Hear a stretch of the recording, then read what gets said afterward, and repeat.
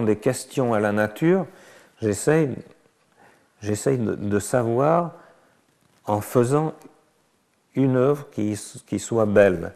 J'ai encore cette notion du beau qui semble assez périmée, mais qui, à mon avis, a son avenir devant elle.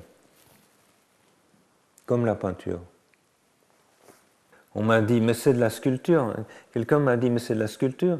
J'ai dit non, on peut considérer, par exemple, que l'emploi de mes matières, qui sont des matières faites avec le sable, donne une espèce de relief.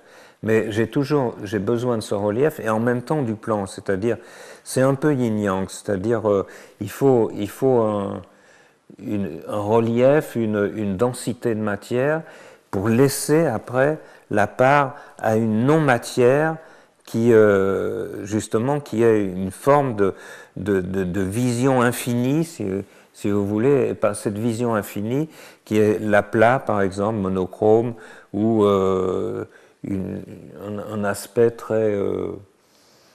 un aspect comme ça non déterminé. Et c'est pour cette raison que j'ai par exemple tendu des toiles sur des châssis métalliques. Tendant des toiles, ce sont des toiles libres en fait, comme on disait à l'époque de support surface, mais c'est surtout et avant tout un morceau de ciel, un morceau de nature qui est tendu comme ça. C'est-à-dire, j'ai voulu donner l'idée que nous ne voyons qu'un petit morceau, que par rapport à tout ce qui nous entoure, tout cet univers.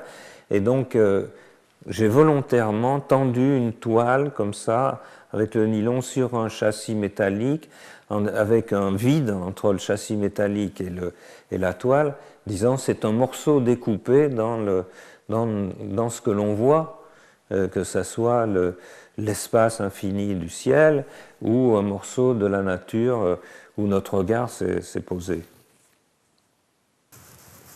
Qu'est-ce que Grattalou a envie de dire?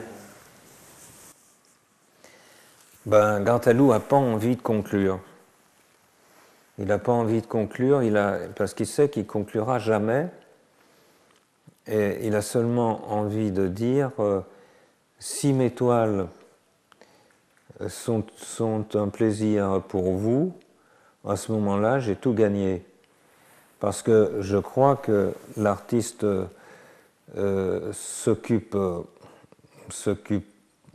doit pas s'occuper trop de lui-même, et je trouve qu'en ce moment, les artistes s'occupent un peu trop d'eux-mêmes, mais doivent s'occuper plutôt de l'autre, c'est-à-dire d'essayer de donner une relation de joie, comme je disais, d'harmonie et de beauté à l'autre. Et si l'autre, celui qui regarde, s'en va en étant un petit peu rempli de joie ou un petit peu rempli de connaissances par rapport au monde dans lequel il vit, à ce moment-là, tout est gagné et le rôle de l'artiste est possible. Autrement, il est guère possible. C'est pas utopique? Non, je ne pense pas que ce soit utopique. C'est ce que tout le monde a l'air de penser, que tout ça est utopique. Mais non, ce n'est pas utopique, parce que toutes les utopies finissent par se réaliser.